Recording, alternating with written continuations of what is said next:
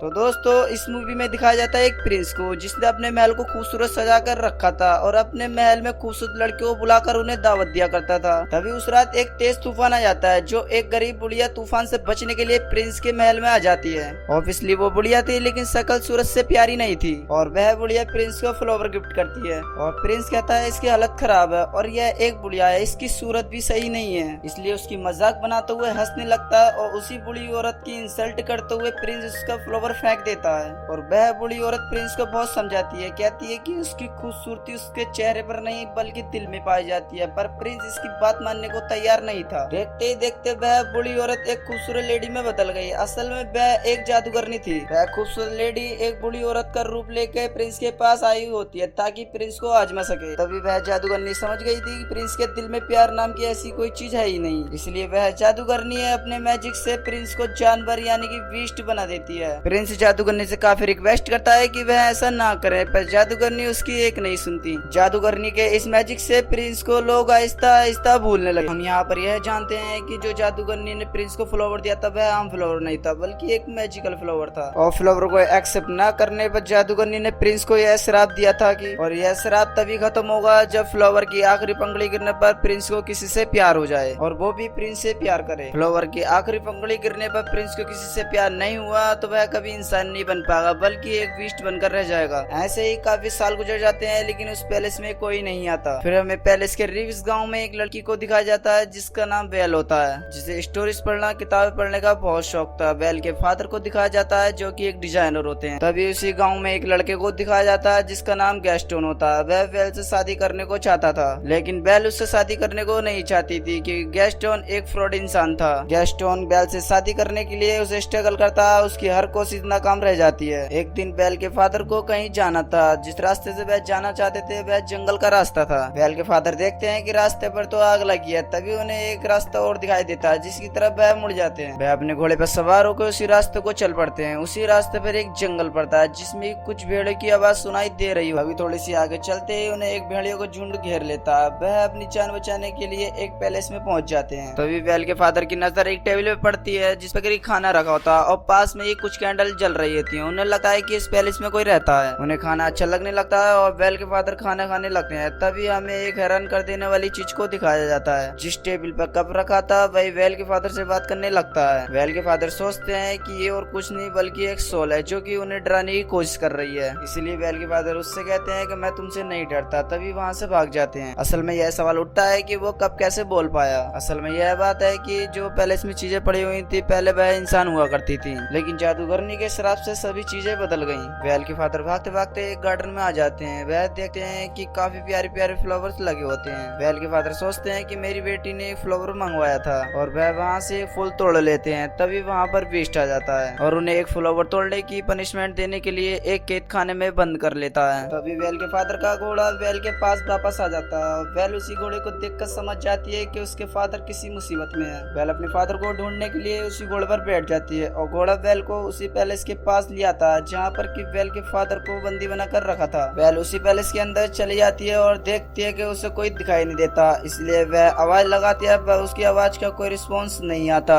Bell को आवाज सुनाई दे रही होती है लेकिन उसे कोई नजर नहीं आता। बेल भागते भागते ऐसी जगह पहुंच जाती है जहाँ पर कि उसके फादर को कैद कर रखा था। बेल के फादर बेल को बताते हैं कि यह पूरा महल जिंदा है, जल्दी से जल्दी यहाँ से भाग जाओ। बेल के फादर बेल को बता रहे होते हैं कि मैंने तुम्हारे लिए एक फ्लावर तोड़ा था जिसके कारण उसने मुझे पनिशमेंट देने के लिए यहाँ पर कैद कर दिया। तभी थोड़ी बहुत देर बाद हम देखते हैं कि वहाँ पर एक बीस्ट आ जाता है जिसे बेल देखकर डर जाती है क्योंकि देखने में वह बहुत ही खतरनाक लग रहा था। बेल कहती है कि मैं तुमसे नहीं डर रही बल्कि मुझे अपने फादर से मिलना है। तभी बीस्ट कहता है कि ऐसा नहीं हो सकता। बेल कहती है तुम कितने बड़े जालिम हो जो एक गलती के पीछे इतनी बड़ी सजा दे रहे हो। बीस्ट बेल से बोलता है कि अगर ये एक बार खुल गया उसके बाद बंद होगा तो यह कभी नहीं खुल पाएगा और बीस्ट गेट ओपन कर देता है। बेल अपने फादर से मिलने के लिए अंदर चली जाती है और अपने फादर से मिलने के बाद उन्हें बाहर की ओर पुश कर देती है जिसके कारण वह अंदर रह जाती है। बीस्ट सोचता है कि यह गेट कभी ओपन नहीं हो पाएगा। बीस्ट बेल के फादर को छोड़ देता है और बेल वहाँ पर कैद हो जाती है। हमें दिखाया जाता है कि बेल के पास में एक घड़ी और एक कैंडल स्टैंड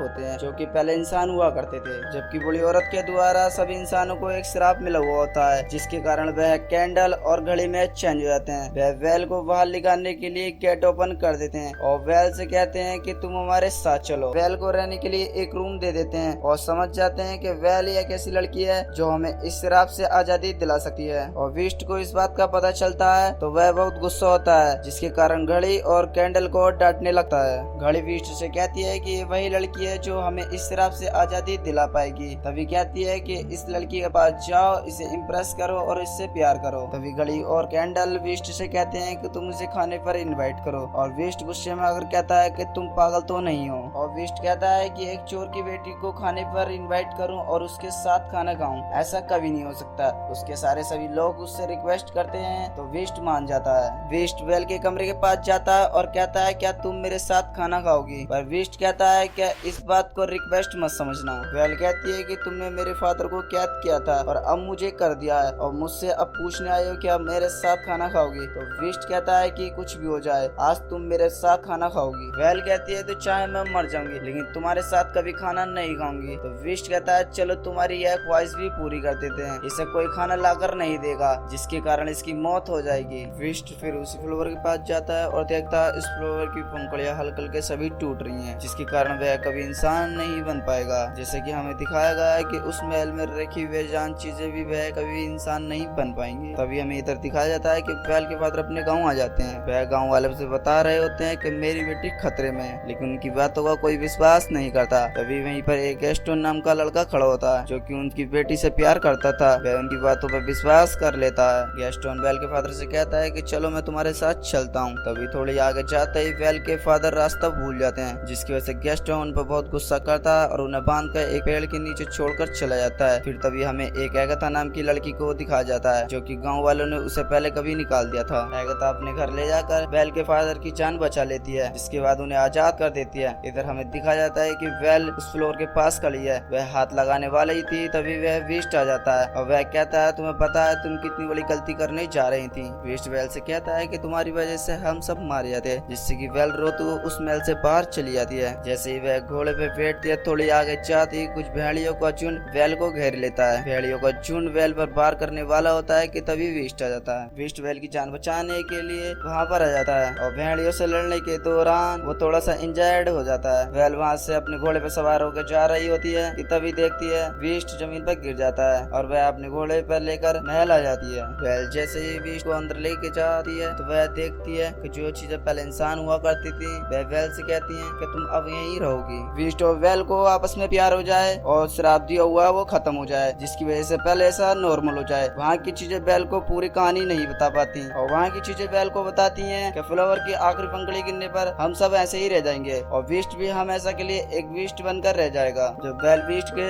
बैंडेज लगा रही होती है तो वह उसे एक शायरी सुनाती है, क्योंकि उसे किताबें और कहानियां पढ़ने का ज्यादा शौक था, इसलिए विस्ट वेल की शायरी को पूरा करता है। तो वेल विस्ट की तरफ देखती है और पूछती है क्या तुम भी शायरियां पढ़ते हो? तो विस्ट बोलता है मैं मोहब्बत भरी और प्यार भरी शायरियां नहीं पढ़ता। उन दोनों में आपस में प्यार हो जाता है और एगाथा नाम की लड़की भी वहाँ पर आ जाती है, जो देखते ही इनमें आपस में प्यार हो गया और यह श्राप यहाँ से खत्म हो जाता है, जिसमें कि विस्ट पहले जैसा इंसान बन जाता है। आई होप आपको हमारी मूवी की एक्सप्लेनेशन अच्छी लगी होगी। तब तक के लिए हमारी मूवी को देखने के लिए बने रहिए। Thank you for watching.